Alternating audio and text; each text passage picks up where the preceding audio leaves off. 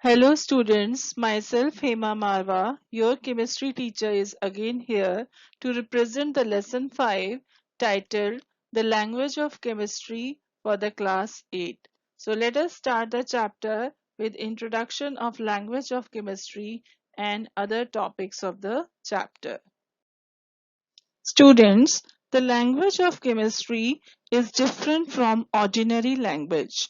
Instead of using words and sentences, we use symbols, formula, and equations in chemistry to represent substances and the changes they undergo. J. Berzelius laid the foundation of chemistry language in early 19th century and later it was modified gradually into present form. Now we will know what is a symbol and what does it represent. A symbol is an abbreviation for the name of an element. I repeat, a symbol is an abbreviation for the name of an element. The symbol of an element represents the following. It represents an element in particular and it represents an atom of an element. Now, in this slide, we will know the symbols of different elements, how they are derived. Symbols of different elements have been derived in three ways. The first way is that the first letter in capital of the English name of an element is being taken. Hydrogen, say for example, hydrogen, the symbol is capital H. Boron, capital B. Carbon, C. Nitrogen, capital N. Oxygen, symbol is O. Fluorine, capital F. Phosphorus, P. And sulfur, S. In some cases, scientists they have taken first letter along with one more letter of the English name of element. Say for example, helium, the symbol is He, neon, symbol is Ne, nickel, Ni, magnesium, Mg, manganese, Mn, aluminium, Al, and others. In some cases, the symbols are being chosen from one or two letters of the Latin name of an element. Say for example, sodium, the Latin name of the sodium is natrium. So the first two letters are being chosen and hence the symbol is Na. Potassium, Latin name is kalium and first letter is being chosen as K. So the symbol of potassium is K. Iron, the Latin name is ferrum and the symbol is Fe and others. Now we will know what is formula. The formula of a molecule gives the number of atoms of the same or different elements present in the molecule. In other words, it tells how many atoms of which elements have combined together to form the molecule. For example, N2, O2, H2O, CO2.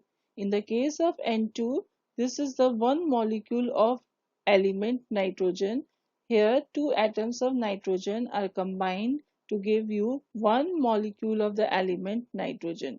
In case of water, that is H2O, here you must have noticed that two atoms of hydrogen and one atom of oxygen are combined to give you one molecule of the compound water. Now we will learn how we can write the formula of elements. But before that, we should know molecule of an element. When an atom of an element combines with another atom of same element, a molecule of the element is formed. Point to be noted, to write the formula of the elements, we should know the atomicity of the molecules.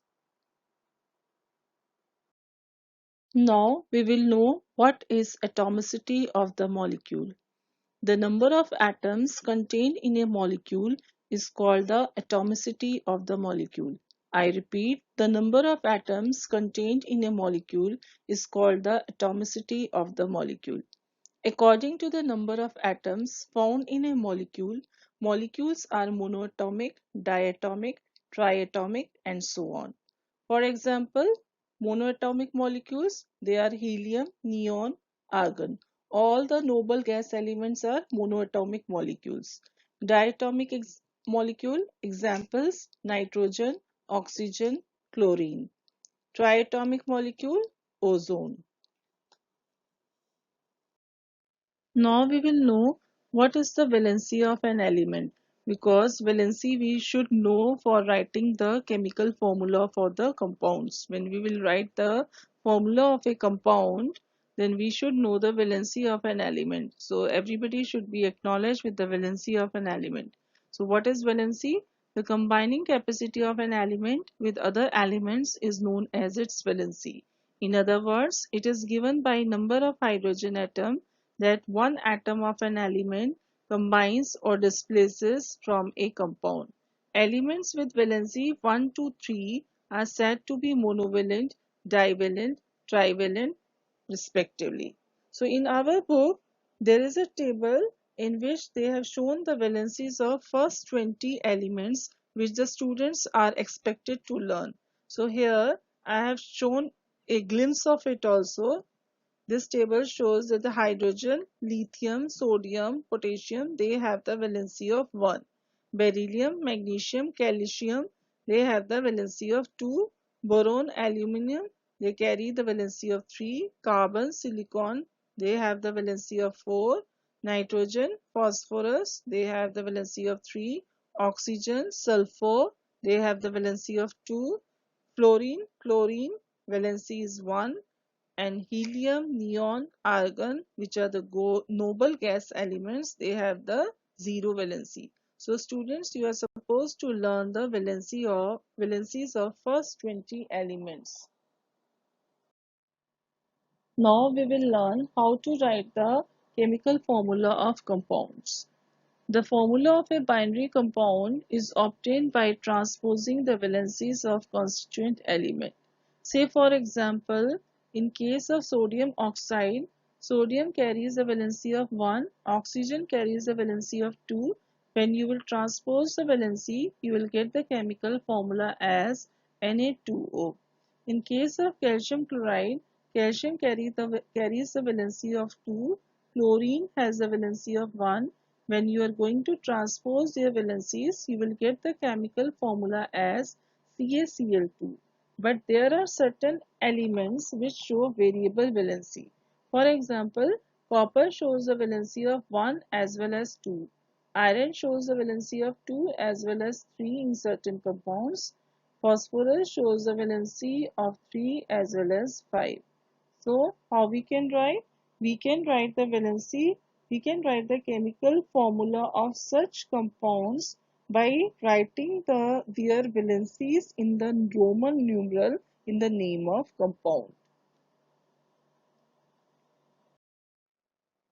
Now we will know what is a radical. A radical is a kind of entity that can be an atom with a charge on it or a group of atoms behaving as a single atom with a charge on group.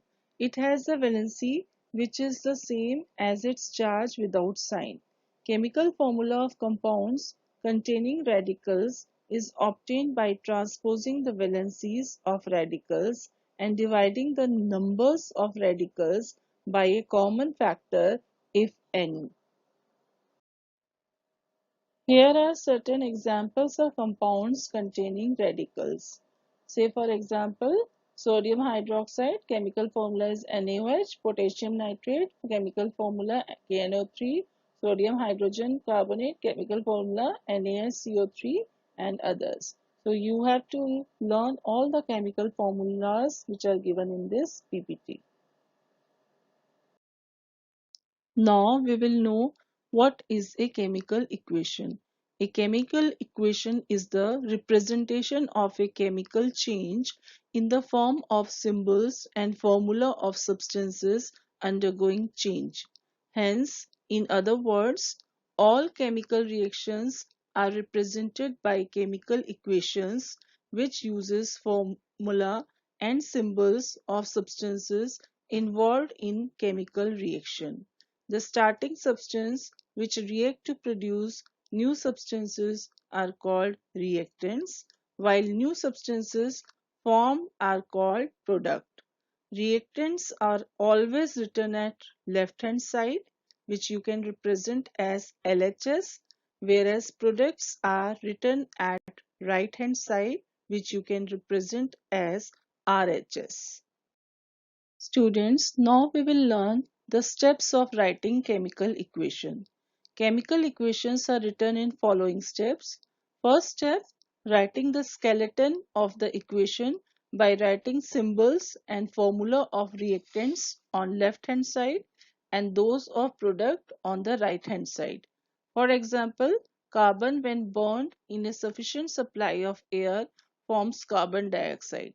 So the skeleton of the equation will be C plus O2 on the left hand side and the product form, that is carbon dioxide, on the right hand side.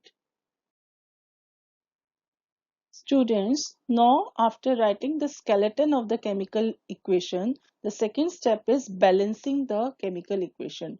But the question comes in the mind, why we need balancing of chemical equation? All of you know, according to the law of conservation of matter, the matter can neither be created nor destroyed. Thus, nor can be atoms. So, no atom are lost or gained in a chemical reaction. So, number of atoms of each element on the reactant side must be equal to the number of atoms of each element on the product side. So to show this equality, we need the balancing of chemical equation. So what is a balanced chemical equation? A chemical equation in which number of atoms of each element on the reactant side is same as that on the product side is called the balanced chemical equation. Hence, after writing skeleton, count the number of atoms of each element on both sides. If and they are equal, equation is balanced. In case they are unequal, make the number of atoms equal using proper coefficient. Now we will take one example to know how to balance chemical equation. You know, carbon when burnt in sufficient supply of oxygen gives carbon dioxide. So we can write skeleton of this chemical reaction or chemical equation as C plus O2 gives you CO2. Is it balanced? Yes, because number of atoms of carbon and oxygen are equal on left hand side as well as on right hand side. You can count them and you can write in a tabular format. Then you will see both of the atoms are equal on both sides. So you can say this equation is balanced. Students, to add your knowledge how to use coefficient in a chemical equation, I have included one more example. The example is the following equation balanced? If it is not, balance it. H2 plus Cl2 gives you HCl. So now what steps you have to follow? First step, you will count the number of atoms on both sides, that is on the left hand side and on the right hand side. So you will find in this case on the left hand side you have two hydrogen atoms, two chlorine atoms, but on the right hand side they are one only, means hydrogen atom is also one and chlorine atom is also one. Now in second step we will try to equate the number of atoms on both sides. So how you can do it? You can do when you will place the coefficient 2 before the product. So the equation will be H2 plus Cl2 gives you 2HCl. So when you will count the number of atoms on both sides, that is on the left hand side and the right hand side, you will find the number of atoms are equal. That means the numbers tally. So therefore you can say the balanced chemical equation for the given reaction is H2 plus Cl2 gives you 2HCl. Now the last topic is how we can make a chemical equation more informative. A chemical equation can be more informative if we mention the conditions under which a reaction takes place. Mostly it is being mentioned on the arrow. When we mention catalysts used in the chemical reaction, states of reactants and products, for example, if we want to show the solid state, that will be shown with small s letter within the round braces. If we want to show the liquid state, that will be shown with the small l letter within the round braces.